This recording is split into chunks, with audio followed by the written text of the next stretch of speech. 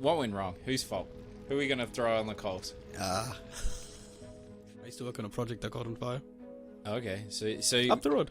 Oh, that was you. You left the blowtorch on. Fuck off. No. What's the No. inside I was working in Combe when that fire actually broke out. But that fire, man, is the worst thing that could have happened to fucking anybody. Yeah. It's such a sad story. Like they'd almost finished the building and it catches on fire. It's as a person in construction, it's fucking heartbreaking. It's really heartbreaking. Like, well, I compare it to like you build a house of cards, you know, and it's this beautiful craft as a kid, and it took you all day to make it, and then your sister just comes over and just knocks it up. Yep, that's exactly it. Knocks it up wasn't a good But example. the consequences of that is just crazy. It's ridiculous, the consequences of that. It's just... What are the consequences? Like, what do you have any inside scoop without you getting in trouble that you can talk about? You're making facials.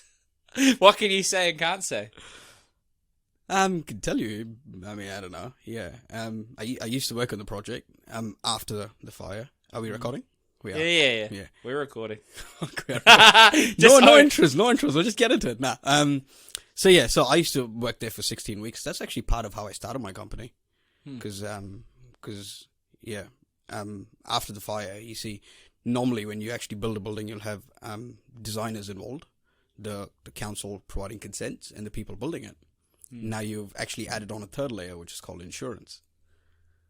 So, you know, all the redesign of the roofs and redesign of everything will now have to get not only signed off by the council, but also get signed off by the insurance company. That just adds another layer of complexities to actually building the building. Nobody actually appreciates how much work goes into doing all of that. It's insane. Oh, man. You're just going from, you know, trying to get the insurance company to assess whether that is, whether they'll pay for it or not before you actually proceed. But then they'll only pay for it right up until where it got burnt. So how do you identify the exact position of the entire building to when it actually caught on fire? Well, so you had to not you, but someone had to work out at what stage the building was and what the value of that said building was, and then not just value, it's actual works that were complete. Because it's an active construction site. Take this room for instance, whether the timber framing's done, the jib was on, high level services, were they installed? Now do they have to be stripped out? So first you got to assess what's in it. Then you got to, or what was in at the time of the fire. Then you got to figure out whether you got to strip it all out and redo it. That includes the steel, that includes the facade, that includes everything. Yeah. And that's a massive building. It's not a small one. Yeah. Okay. Well, I'm actually, I didn't tell you beforehand, but I was just sort of winging this new software, so hopefully it works well. It seems to be working. Yeah. It's all good, mate. Yeah, but okay, wow. So what went wrong? Whose fault? Who are we going to throw on the coals? Is it true? I know nothing other than I saw it burning. I was like, should I continue working or should I stop working? You should stop working and leave the building. Turn off the AC, bro.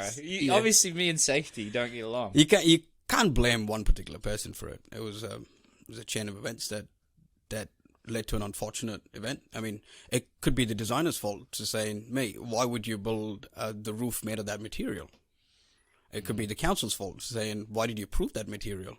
With hot works in it, which is, so the roof material is all compressed straw, right? It's a very sustainable material, but so whose fault is it? You can't really pinpoint to one person. It could be the guy who's installing it for leaving the blowtorch on, like you said. Yeah, it could be anybody's fault, man. It could be the construction company's fault for not having like crazy cool, like intense health and safety systems in place. You'd be a good politician. Did you know that? Would I? Yeah, well, like whose fault? Like, put it this way: if there was a house, yeah, and there was a pyromaniac and he lit it on fire, yeah, and then the house caught on fire, is that the council's fault? No, I'm just fucking with you. I'll give you the same answer all over again. Yeah, we'll start from the start. We'll say there's a chain of people that you can actually point your fingers to. Who do you actually point the finger to? Wow. Well, you've got my vote. You know. Yeah. Cheers, bro. Yeah. All good. So I think the interesting thing before this I've done sales and met a lot of people. Yeah. And one of the most valuable skills is to try and find a way to be interested in every single person you meet. Right. What you do for a living sounds Yeah. I would have no interest in it. But I'm going to try. So it's a really good start. Really good start. But can you explain it to me? What is it? I know you're an influencer and you're a famous construction guy. Oh, God, no.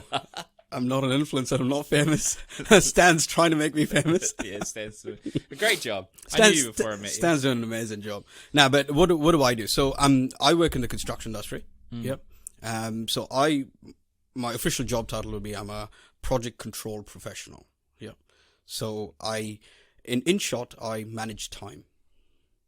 In layman's terms, right? So if it's in the starting stages of a project, I'd step in, understand the entire structural design, the architectural design, the in-ground design, and actually come up with a methodology and a time frame to clearly identify who does what, where, when, and how much of it.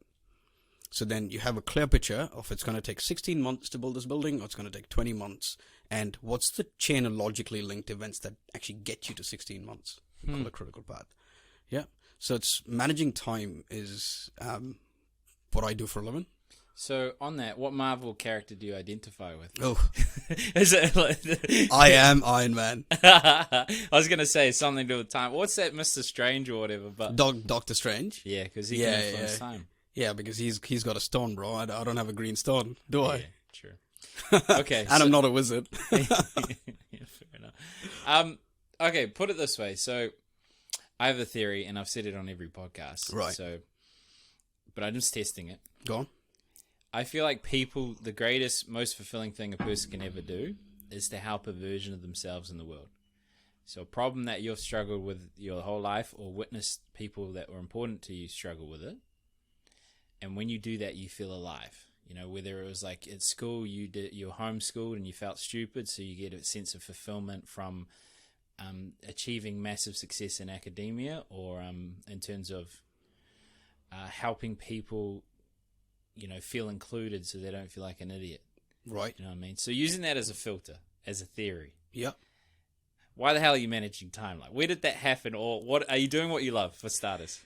Yes and no. Yes and no. Yeah. So interesting. I've always wanted to get into Formula One. Okay.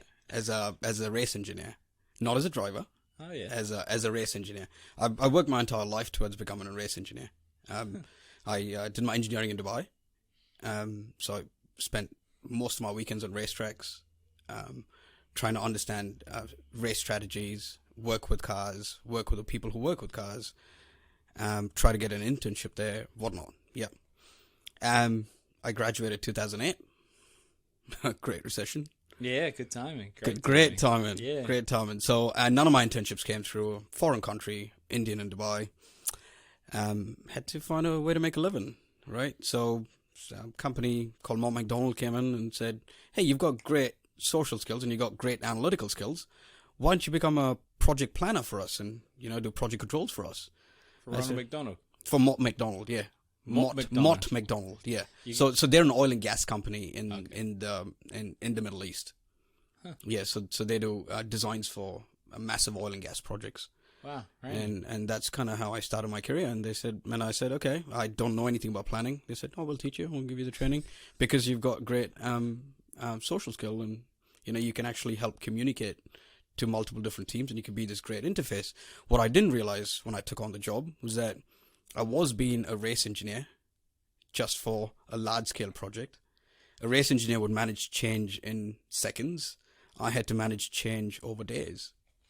So technically, I'm not doing something that's not my dream, but it's just not in the industry that I'd always dreamed I'd be in. But it's great. I absolutely fucking love it. Yeah? This comes naturally to me. Doing what I do is not hard for me. It just comes real naturally to me. A lot of people say, oh, it's middle of the night, you're going to, have a couple of drinks and I'd normally go back to work, and sit down. I can work. I can work efficiently. People go, how do you do that? I'm like, I don't really classify it as work. It's just me going to have some fun. Yeah.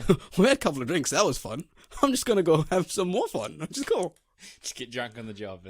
Well, you're the guy that did the blowtorch problem. That's what the whole yarn was. Yeah, I'm on to you.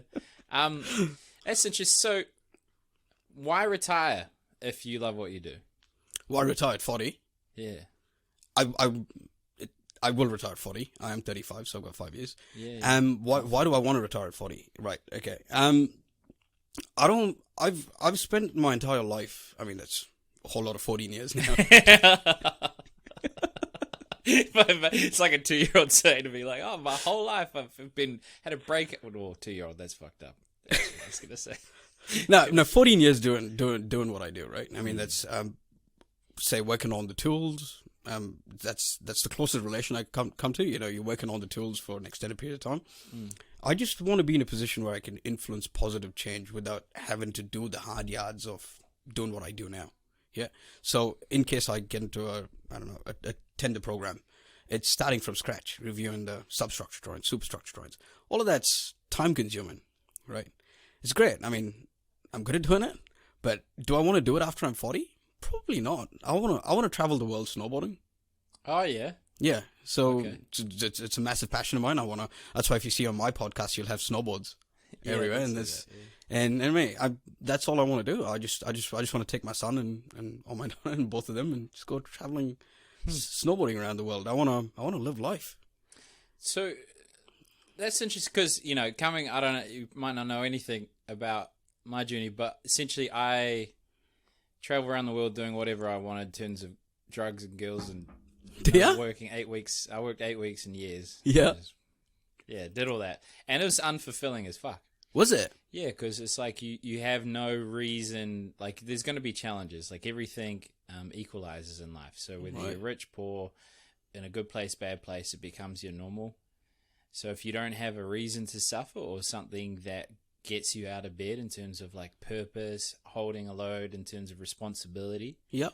Connection's good. That's the part, because I was transitory. That was hard. But it sounds like you've got family, and that would be something beautiful in itself. But when you're sitting there, you're done your snowboarding, and you're thinking about your contribution to life. Are you gonna get bored? Well, see, I'll retire from the tools. Okay. I still want to be involved in the construction industry, in a way, sort of form where I can add positive influence to the outcome of big projects, just without getting hardcore into the tools. You know what I mean? But and I don't want to spend 18 months on a job. I want to help set systems and processes in place that are really, really efficient, and I don't want to, do what I do now. If you know what I mean. That's my version of retirement. I will still have a purpose. I don't want to be working 12 months in a year. Yeah. I want to be working for a period of time, but not, crazy, man. Yeah. I still need to define what that looks like, man. Fully. Well, I will though. But one thing I'm certain of, I'm off the tools when I'm 40. I'm done. Yeah. Okay. So it sounds like, it's a balance. It sounds like really put it this way: if I had started an F1 team, and I needed you to manage the race engineer. Did you just $800 million? Yeah. Sure. Yeah, okay, cool. I'm rich. I bet you are. You're loaded. Hey, man, you have an office on Federal Street. I'm sure you're loaded.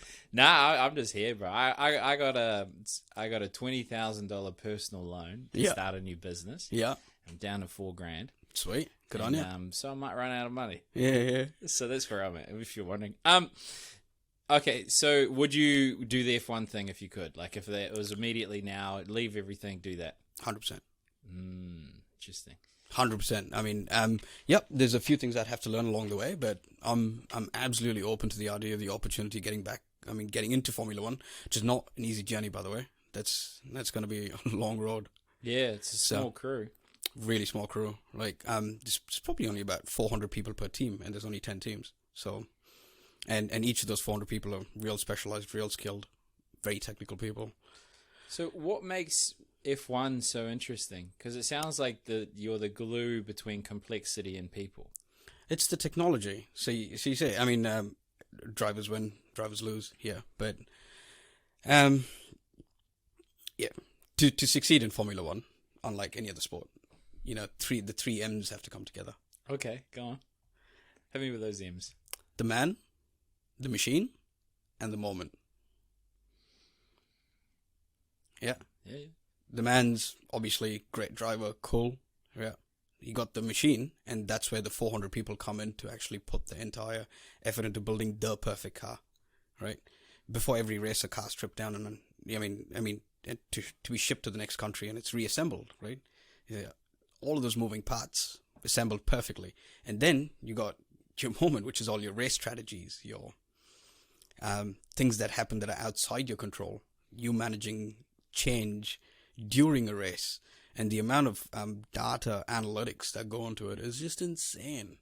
There's supercomputers calculating what's going on and possible outcomes of a race and possible strategies. And it's up to the race engineer to actually keep your driver calm, to pick the right strategy for him to win. It's amazing. It's a great feeling. Interesting, eh? Yeah. You probably didn't expect to come in here and me to unpack your whole life existence, but it's kind of my thing. That's all right, man. Just trying to pull the pieces, right? So it doesn't quite, like, you seem like a sociable guy that has a good head on his shoulder that can, solve complex problems. Yeah. It's the sort of vibe I get from our 30 minutes of discussion.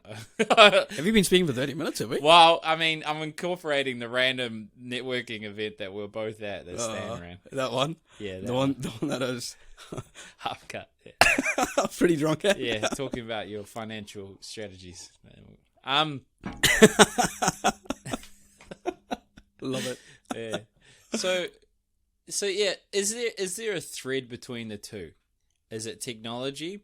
Is it having, like, between what you're doing now and the F1 part? Is it the people component? Is it just the tech? Is it trying to do that in real time and the adrenaline of seeing someone go around? Like, what thread do you see? What thread do I see in terms of, like, what you enjoy? Like, what do I enjoy about what I do now and what I could be doing? Yeah, like if there's like a theme, like something that you keep finding yourself falling into. Making things smarter, faster, better, right? I mean, if I was in Formula One, that would be normal. Yeah, that would be the normal. That would be the norm. You have to be smarter, faster, better to keep up. Every 100th of a second counts. You're not talking about 1 second. You're talking about 100th of a second, 1,000th of a second counts. Yeah. Yeah. So being smarter, faster, better is kind of normal there. Yeah. But not so much in the construction industry because we've got sufficient time. There's a lag in culture that's from back in the day for whatever reason, pre-computers, where people used to scribble at the back of cigarette packets to do their planning, which is great. But the construction industry has so many inefficiencies that I see from multiple different sides. See, I'm very lucky in my job, right? I get to go to multiple different job sites, and not many. I mean, so just to put that in quantum, since I started my company about 18 months ago. Oh yeah, 18 months ago. Yeah, I've worked for 22 different companies. Look at you go. You're a baller in the first 2 years. Oh, no baller, mate. No, not at all. But I'm saying I'm actually more lucky to have worked for 22 different companies, which means I have insights into the 22 different companies of what works, what doesn't work. And I've been onto projects, multiple projects within those 22 companies, which is crazy when you think about it. Yeah, I am a workaholic, yes. But it's great, Once I have that perspective, I'm going, there's so many things we could be doing better as an industry. And hence I started the podcast, is to actually get the people from the coalface of the industry to voice their opinions on what the real problems are in the construction industry. Because once we voice them, is when we can actually start looking at fixing them to move forward smarter, faster, better. Yeah. I mean, and the uptake of digitalization in construction is just snail-based. Snail-based? Or is it fast? I don't think it exists. Yeah, I was going to say. Yeah. Everybody keeps getting in different pieces of software, which is great. I'm like, how do all of them integrate to give you good, valuable insights into a centralized database? They're like, oh, no. I met this guy at the pub last week. He said this is a great piece of software and it'll solve all my problems for me. We're just going to buy it. Great idea. Let's just keep buying pieces of software so it just fixes your problems. I'm like, come on. Yeah, that seems logical to me. Absolutely, right? Yeah, absolutely logical. Yeah. Well, I think that would be a good time. We didn't have a plan to plug your podcast, but what's your podcast called, mate? My podcast? So it's Construct Strategically, Yarns with Andy. Okay, I'll put that in the description because I didn't work out what the fuck. Say it one more time. So Construct Strategically. Construct Strategically, yep. Yep, Yarns with Andy. Okay, gotcha. Yeah. Okay, now I'm with you. Yeah. Okay, so there's an interesting thread I noticed when you were talking. So better, faster... Smarter, faster, better. Smarter, faster, better. So, and then the peak of that is F1 because it's by the second. But 1,000th of a second. Okay, 1,000th of a second. So that's like the peak achievement for you in terms of measuring if you're achieving something like that. And the thing you talked about in construction that wasn't fulfilling was the donkey work, being on the tools, the inefficiencies of it. Yeah. Doing the groundwork to get to a point where I can start adding real value, So then the question is, was there a point in your life where you didn't feel smarter, better? Smarter, faster, better. You need to get on the journey, man. Come on. Yeah, like what were you like at school? I wasn't a great student. Yeah. No, I wasn't a great student. I was an average student at best. Things that I loved, I did really well. I was really good at 3D modeling for some odd reason. Okay. Very visual person. So I was 3D modeling just came naturally to me. I was really good at 3D modeling, and I sucked at integration and differentiation. I still don't know how to integrate and differentiate. So don't tell anybody that I am an engineer. I should know that shit. Yeah, well, you did well to finish the degree by the sounds of it. Yeah, I just barely. Yeah. So, and are your parents, were they big on education and like coming home? Oh, what's that? A C? You can't eat dinner or whatever. You know what I mean? No, not that bad. But again, I am Indian, right? Yeah. Comes to the territory. Yeah. I got told I can either be an engineer or a doctor. I've got two choices. Yeah. Okay. And I was like, God damn it! I freak out at the sign of blood, so I've only got one choice here. But it's a good thing for me, they gave me a little nudge, send me in a direction that I wasn't, and that's it. I might have ended up in the same choice, but 10 years later, I'm not saying that's for everybody, but I mean, yeah, they gave me a push early on in my career, and I was an engineer before my 21st birthday. I started engineering when I was 17, and I was an engineer when I was before my 21st birthday. Yeah, just before a month before my 21st birthday. How old are you now? 35. 35, 14, yeah, as you say. Yeah. So the interesting thing about that is that in essence, you get a sense of fulfillment when you're improving those components that you didn't feel good about yourself in. Absolutely. So where I get my fulfillment from work, I'm guessing that's what you're asking me, right? Well, so I get to go onto a project and try and understand what let's say it's execution planning. Jobs underway, they're doing substructure works, whatever. I get to go on there, look at the entire methodology, look at the chain of logically linked events that gets them through to the end, and go, right, where are the opportunities here? Can we save half a day in your entire chain of events? How can we make your entire methodology smarter, faster, better? Yep. Yeah. Where can we find those efficiencies so you're then minimizing your risk? Yeah, because I don't know if you know much about construction projects. Most of the risk is actually passed down from the client to the main contractor. The main contractor, like your Fletchers, your Downers, your Hawkins, they'd carry crazy amount of risk. Yeah, because any number of things could go wrong in a construction job. Right, you could. For instance, your jib could be a big problem. A chain of multiple people making multiple mistakes. Yeah, jib procurement could be a problem, or somebody could totally fuck up a concrete pour, and that's now delaying your project by 4 weeks. So who pays for all of the labor on site for the additional 4 weeks? Who cops all of that risk, and then there's liquidated damages at the back of that the client would really impose if you're going to be later than your set contract completion date. So risk is immense, right? So when I can go and help them kind of de-risk the project a little bit, that's where I get my sense of fulfillment from. Yeah. Okay. Interesting. Yeah. Well, we'll get some value there for the construction workers then. So I know for a fact there are construction workers listening to it. I don't know if it's our large demographic. Yeah, because I had a client. I got a client from the podcast who's a construction worker, so I know there's at least one. Oh, there's at least one. So if you're listening, brother. Okay, so construction. So what would you say common mistakes, because I know you mentioned legislation, so there's a legislation that's not doing the best for construction, Yep. and needs to be updated. So it's not just legislation; it's the standard form of contract. Okay. The standard form of contract it's called NZ3910, which is not the best contract. I think about 99% of the whole construction industry will agree with me. It's a pretty basic contract. It was written in 2013, hasn't been updated since. Like, how outdated is that? Pretty updated, yeah. Mate, and you have special conditions that are thicker than the contract every time you sign a contract. So, and all of the special conditions focus on pushing the risk from the main client onto the contractor. And it's like pushing shit downhill. And what do you think the main contractor does? Pushes it down to the subcontractors, so on and so forth. And then that's how you get small and medium-sized companies go broke. Well, it makes sense. The average small to medium-sized construction worker isn't going to necessarily be au fait with terms and conditions and making sure their best interest is looked They're at. mum and dad companies, They just want to show up, do a great job, get paid for it, leave. Yeah, I'd love that too. I think both of us. The great job is subjective for me, but I'm sure you do a good job.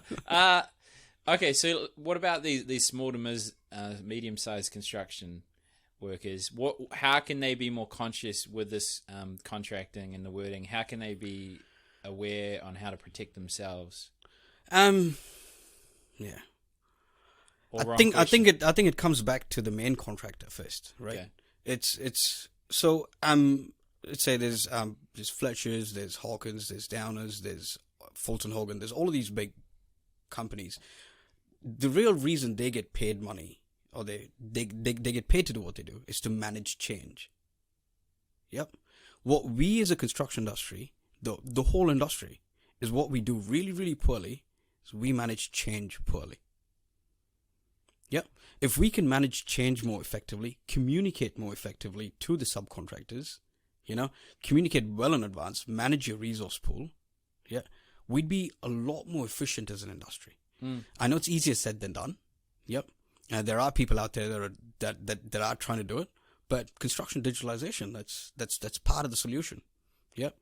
And that's not only the main construction company's responsibility. It's the government organizations, Auckland Council, all the other councils. They need to come on board to kind of make sure they're working with the designers to make sure that they have a consented design on how that kind of works. I don't want to bore you with crazy amount of detail, but yeah, I could go on for days.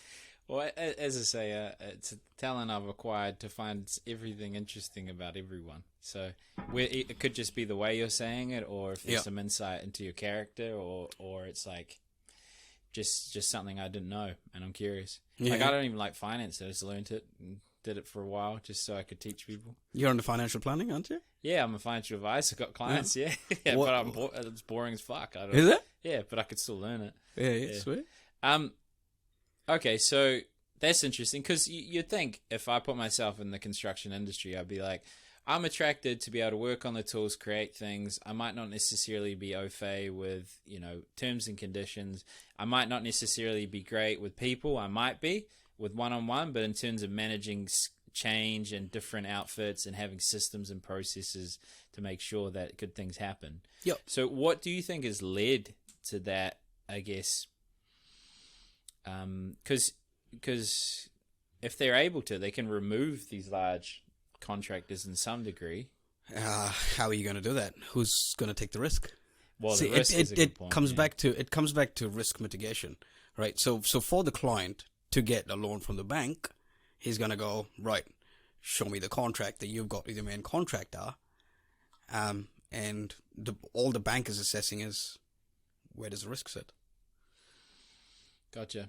And then the client to turn around and go, oh, give me bonds for X amount, or performance bonds for X amount of dollars for the contract. And that's standard practice, right? Those performance bonds are a crazy amount of money. Like, we need equity to get those performance bonds from the bank. And so that's why you and I can't start up a construction company tomorrow. Yeah. Where are we going to get performance bonds from? Yeah, well, I've only just learned about that word, performance bonds. Yeah? Oh, yeah? Yeah. Is that a lending thing, or is that a construction thing? Am I failing as an advisor? What tell me? Failing as an advisor? I don't know, man. I'm not a financial advisor, but so when contracts get signed, the main contractor would provide performance bonds based on certain criteria, financial criteria, and time criteria, which is a big thing. And there are multiple other factors which I don't fully understand. Okay. But those performance bonds are kind of negotiated by lawyers, and there's multiple other people involved in getting that set in place, and that's part of signing the contract, you know. So it's one, it's trying to protect the risk, and two, it's probably incentivizing better work.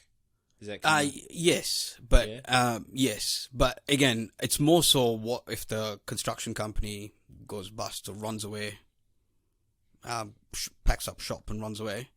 The client's kind of borrowed a whole amount of money. So he's got to recover that from somewhere. And that's when he has an opportunity to cash in the performance bonds. Was there something that went wrong to lead to giving so much benefit to the client? Or is it just that they're paying money, so, you know, you're just like, yes, sir, please, sir?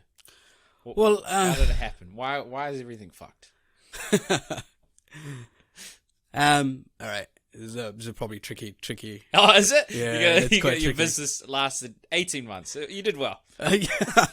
Question is, after I have this conversation, will I get new work or not? Probably not by the sound of things. Yeah. Okay. Talking to you? Yeah. Well, politician speech then. Politician Do speech? Your best. No. Let's just go real talk. Fuck it. So let's say you've got clients, right? I mean, clients don't know.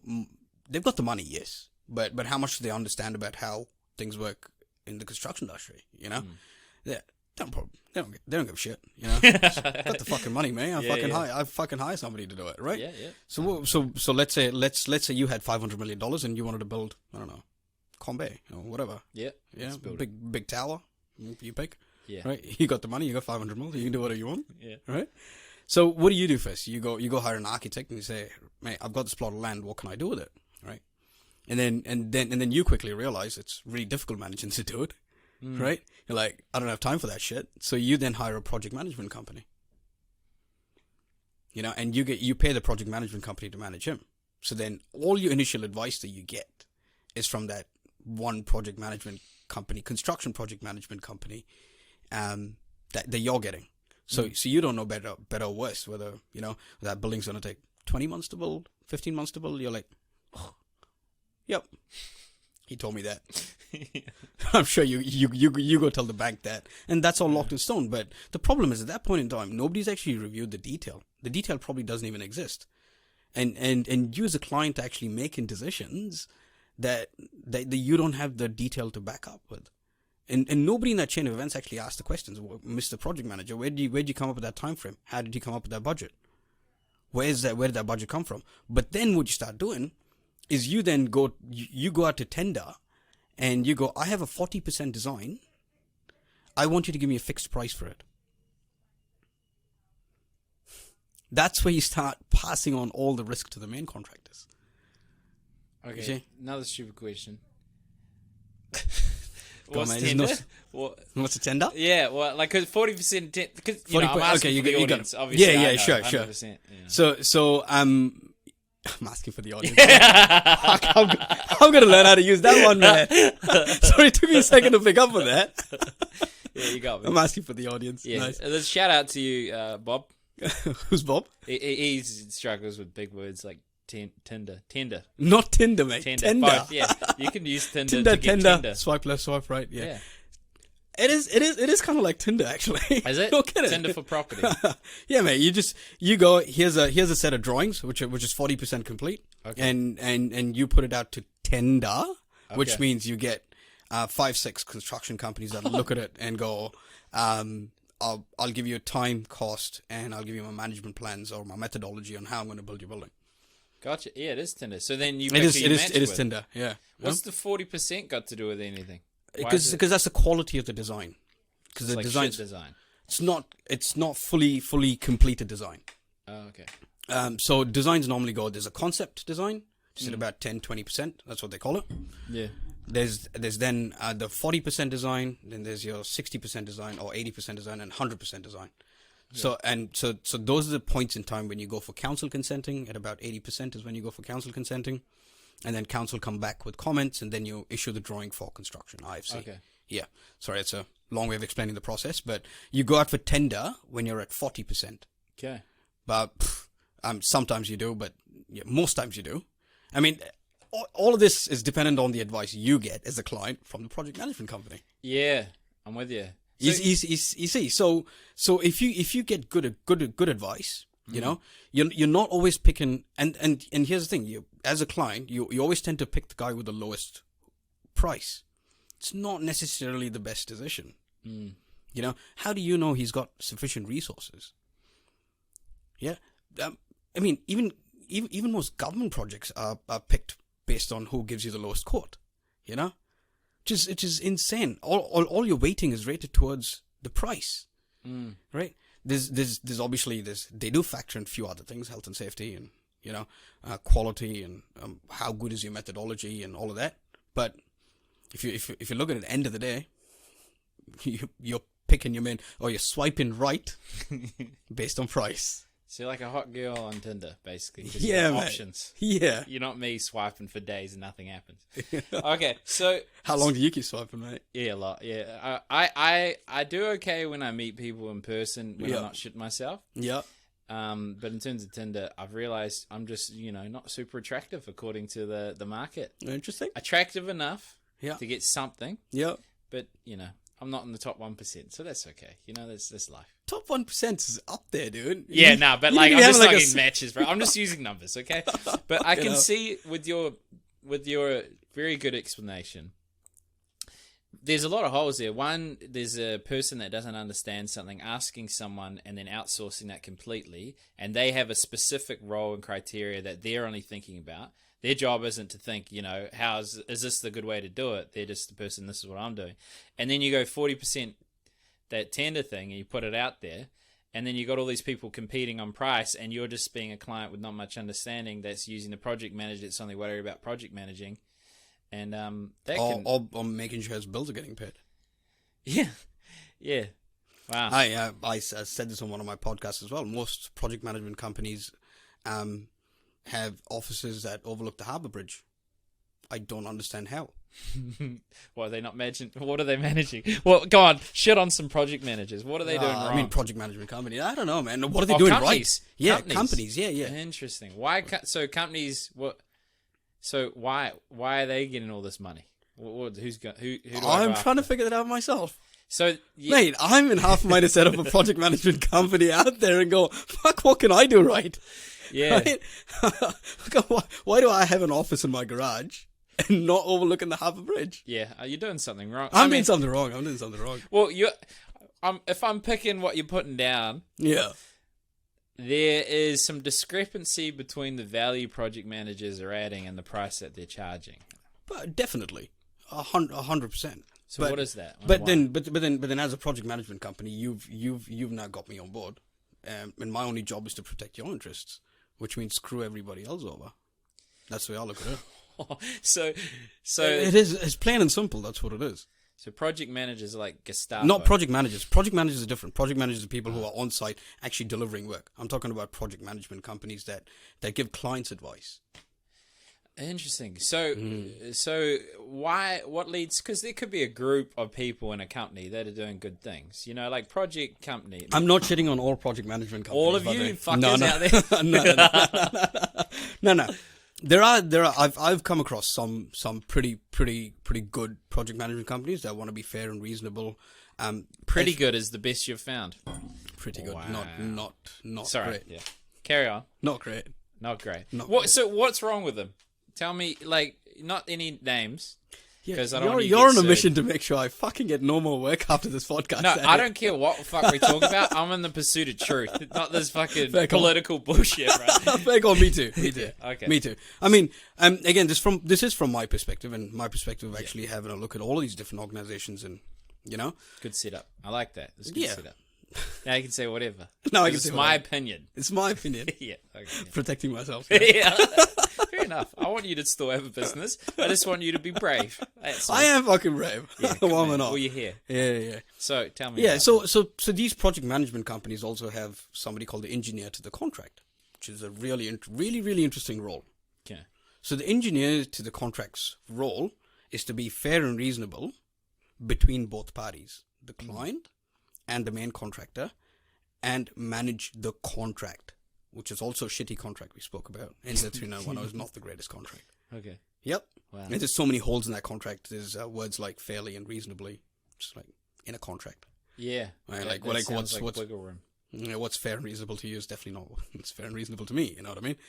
And vice versa. But so there's all of that, and his job to be independent. But here's the funny thing. Do you know who pays for the engineer to the contract? Who pays for his time?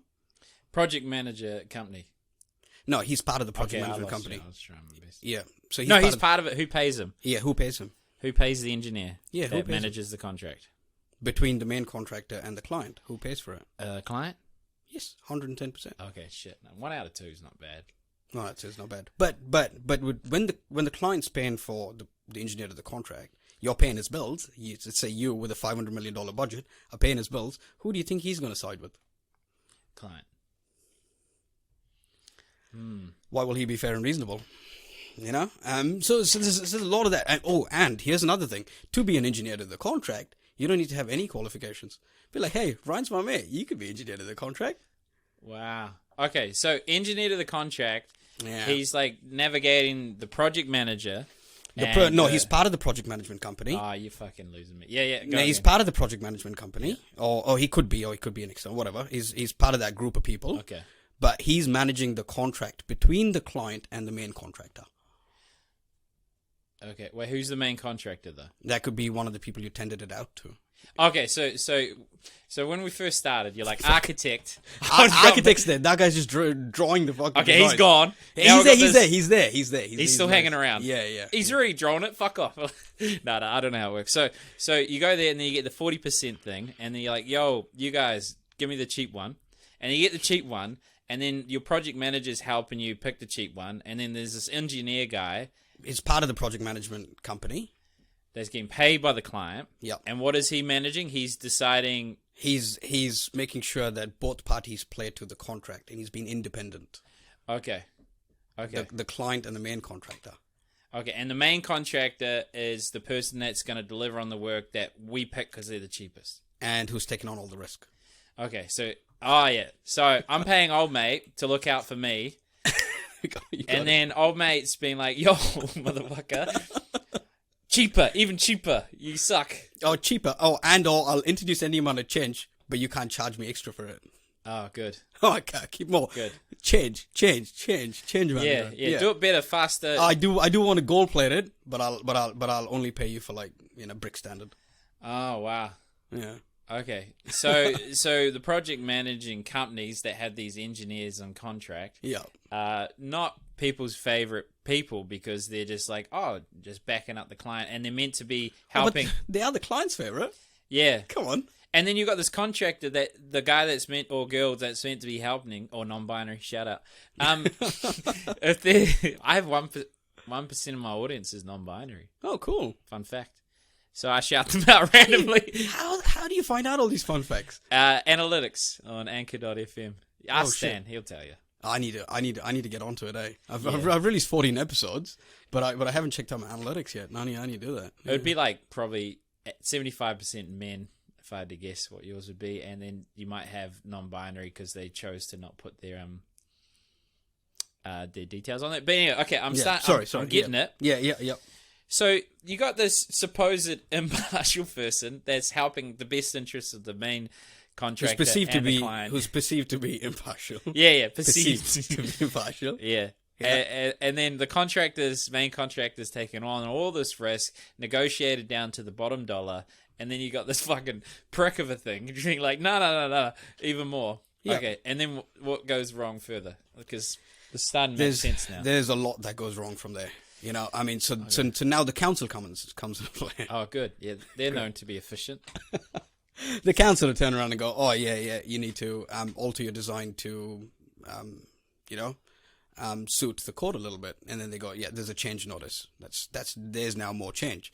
Okay. And then there's the client that could request more change. There's other parties that could request more change. The fire engineer could come and say, oh, your pacifier is all fucked and you need to change the design for that again and add more pacifier. So it's a whole raft of things could fucking go wrong from then on, right? Yeah. But then that's where the disputes come into play, and they go, right, who pays for this? Wow. The client's going, no, I have a fixed term contract with you. Your old mate over there is going, yeah, it's a fixed term contract. Fuck yeah, Wow. we passed all the risk. So then the main contractor is stuck here with all of that risk and additional work and trying to manage all that change while going, fuck, right? Okay. Now, what do I do? I can't cop all of this cost. I'm going to push shit downhill. Okay. It's a chain of events. Yeah. It's a crazy chain of events. It's, I don't know, like, I've just been in the industry so long, and I'm like, wow. So when I said I want to retire, mate, I do want to fucking get off the tools and try and help navigate through some of this inefficiencies and find ways where we can have contracts set in place that's fair and reasonable to all parties, where the risk is shared between parties, and so is the opportunity cost and time is shared between all parties, and there's clear, transparent ways of communication between all parties involved. It's not impossible. So that's probably why you started your political speech at the start, because you're on that changing the system vibe, right? You're going to pioneer a new way of doing in the construction industry. Why not? Yeah. Give it a go. Yeah, fuck. I mean, I don't know. I don't know anything to lose. Hey? So my simplistic summary is, some rich fuck that's probably got a lovely soul is out there to build this project, get this land. Hey, let's get the idea right, throw it off to some people. People come back and they're like, yo, I'll give you the cheapest thing. And you're like, okay, cool. Don't worry, I've got my best friend here. They pay him all this money, and he's going to be like looking out for you and me, but both of us. And then the client gets fucked over, so they're like, I don't want to take all the risk. Oh, the main contractor gets fucked over. Correct. Because I don't want to take over. Yeah. Yeah, good. I watched your face change. Yeah. I did something. Your face change. Yeah. So I'm like, yeah. Well, that's what I do. This is my thing. So then all the risk is on the main contractor that already negotiated things down, and then they come to these very efficient council people that tells them change this and change that, and then there's other people that and put stop work notices in place and so on and so. Okay. There are valid reasons for why they do what they do, but they could still be doing things way more efficiently than they are today. Wow. And then you've got these small to medium-sized businesses that probably don't have that robust systems, probably don't have good legal advice on how to navigate good contractual agreements, suddenly getting a lot of risk and responsibility, but they need the work because, they're living, paycheck to paycheck. And more importantly, as a small and medium-sized company, where you get fucked is completely going, because of all of these changes introduced, things get delayed. Say if my piling is delayed. Piling is what goes right down. I'm sure you know what a pile is? I know nothing, bro. That's why I'm just hanging in. I feel like I've done well to grasp anything you've said. You've done fucking really well. You've done really well. A pile is something that goes in ground to actually hold the substructure and the superstructure for building. Okay. Yeah. I'd shut up now. Special.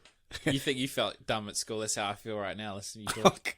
I'm sorry. No, that's good. I like learning. Yeah. So, if the piling is delayed, you can't lay a substructure. Okay. You can't do your ground beams. Ground beams are... Every time you start talking, there's just a new thing I know nothing about. Yeah, it's on the ground and it's a beam, so I imagine it supports the pile that goes on the thing. So that's what connects all the piles together. Okay. So to form that solid base. So if you don't do your piling, you can't do your ground beams. If you don't do your ground beams, you can't form your slab. If you can't form your slab, you can't put columns. If you can't put columns, you can't put on more floor slabs. If you don't put in that floor slab, you can't put in more columns. It's rules of gravity. So construction is not rocket science. People have fucking been doing it since the pyramids, right? It is you are defined by rules of gravity. Just on a side. Okay, sorry. Yeah. So if there's a delay in your piling, you've got a delay all the way through the chain of events. Yeah. Okay. So you could have told the steel install guys to come in next month, but now all of a sudden your entire program's moved to the right by a month, pushed out by a month. But then now you got all of these people to re-communicate it to, and he has to now manage his time, his resources, his people, or he's got downtime of people. I mean, the problem we have in New Zealand is everybody's stretched so thin. But you see what happens every time you have a delay? There's a cascading effect. It's like a butterfly flapping its fucking wings, and there's multiple hurricanes everywhere. That's what happens in construction. It's just wow. And then the client that knows nothing, just being like, "You said you'd finish it by this time, and it's not. What's happening?" Well, the client will just look at his old mate and go, "Hey, not my problem. You say you fucking manage him. I pay you more money. Fucking manage him." Yeah, wow. And then the Gestapo come down and be like, "Hey, you guys aren't doing this stuff like I said you should." Yeah. And then he just tells the client, "Yeah, look, I told them off, and they're suck at this and that." No. He just tells the client, "Hi, don't worry about it. We'll just charge them LDs at the end of the job." That's where the LDs conversation comes in. So both of them don't really care. They pass on all the risk. LDs are liquidated damages. Okay, good. You're a financial planner. You should know that. I just deal with people that aren't liquidating damages.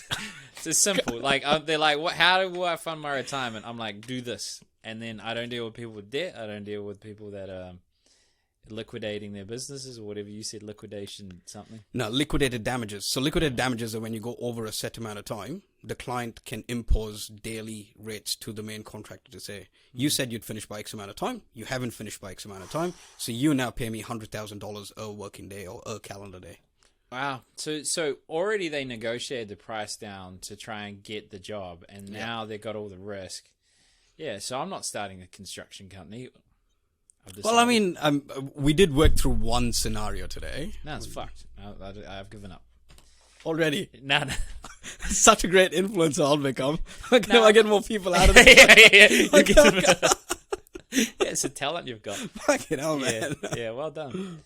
No. If I look at that system, I think there's immense benefit in decentralization and instilling a certain level of freedom and trust with groups and managing the communication between those different channels. Absolutely, communication's a big thing, and why I love what I do is because of all of these inefficiencies. There's the room for opportunity is immense. Like I said, back to smarter, faster, better.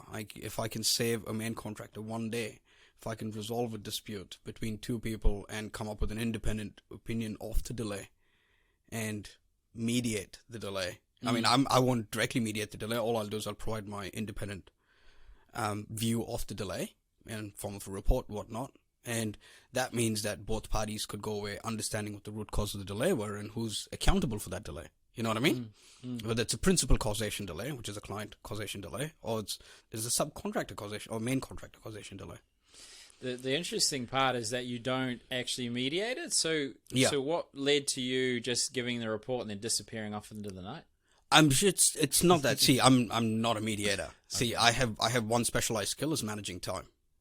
Yeah, I'm not qualified to provide financial advice or cost advice on a project. I'm not skilled. Gotcha. That's not my skill.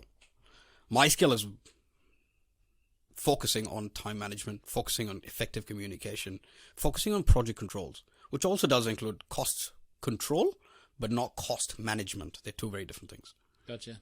Well, it makes sense. Like if you've got all these different people with potential conflicts of interest and trying to differentiate who has the accountability and responsibility and where it went wrong and how can we facilitate a solution that we can all work together on. Yeah. Yeah, I don't have to know anything about it to know that's helpful. Yeah. There you go. Okay, cool. Well, we've gone an hour. An hour? Yeah. Shit. We slayed it. We did well. Yeah. I feel like I'm getting arthritis from switching cameras every 5 seconds. My hand's just there, twitching cameras. I don't know. Yeah, I noticed. Yeah. Oh, did you? Well, I keep seeing the red light flicker. Oh, yeah? Left and right. And you just ignore it. So I guess... I'm trying to keep eye contact, dude. Yeah, come on. Doing well. I like thinking about cameras while talking to a human being. It's like Stanley's trained me well. Yeah. Well. Stan and the team have trained me well. Sorry. Stan just sits in the corner, does nothing. Yeah. No, delegate. Make sure you send him that clip. Yeah. We'll clip it to him. Listen, editor team, which is me. You clip that. Cool. Well, wrapping it up. In terms of those poor subcontractors that are getting, the bottom buck, not doing too well in it, or who should reach out to you or why? Like, what's your leaving remarks, inspirational, political spirit? Yeah. So, project planning is not. I mean, time management is not something the New Zealand construction industry gives a lot of focus to. Yeah. So, if anybody wants to manage time on their projects better. It doesn't only have to be in construction, Recently, I started working in an automation company. It could be any project that you want to deliver. The more complex, the better. Okay. Yep. Cool.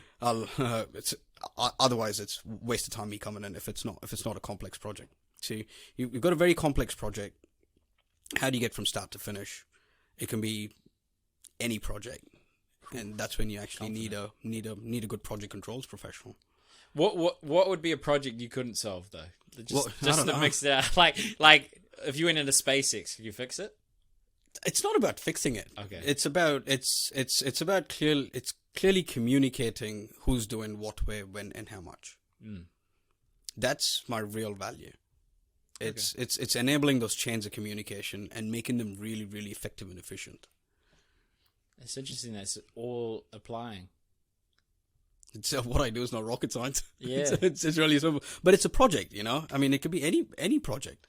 It could be SpaceX. It could be construction. It could be I don't know what else. An oil and gas job. It could be you building your house. I could write you a great program for you to build a house. Don't worry, mate. Just give me a design. I'm just trying to find. I know we said wrap it up, but I was just trying to find, like, if there was only one person. Yeah. Could you solve that complex problem, or is it needs a certain number of people for it to be? It needs to have multiple different people involved. Yeah. That's what makes it complex. Gotcha. So multiple different entities. So in a construction job, you've got 3 different types of consultants. You've got your architect, your structural engineer, your fire engineer, right? And then you got your services. So all the pipes that run up and down and all that shit. So then you got the council. Then you got the main contractor. The main contractor has 40 different subcontractors. Then you got the client to manage. Then you got your old mate there. Mate, bestie. What are we doing today, bestie? Yeah, fuck it. So it's managing all of these different stakeholders, and different people need different bits of information, right? And that's where project controls is really effective. Okay. Effective chains of communication, up, down, left, right, across, everywhere. Good. Well, now you appear human again because, everything all encompassing. But yeah, so you essentially help the complexity that people bring into projects. I simplify complex shit. Yeah. Simple as that. Cool. Well, I try to. Well, thank you for simplifying the complexity of construction for Cheers, me. mate. Really appreciate it. And thank you so much for having me on. That's all right, bro. Really appreciate it. We'll plug the shit out of your website, LinkedIn, and podcast. Cheers, bro. I'll share the links with you. Yeah. Cool. Thanks, mate.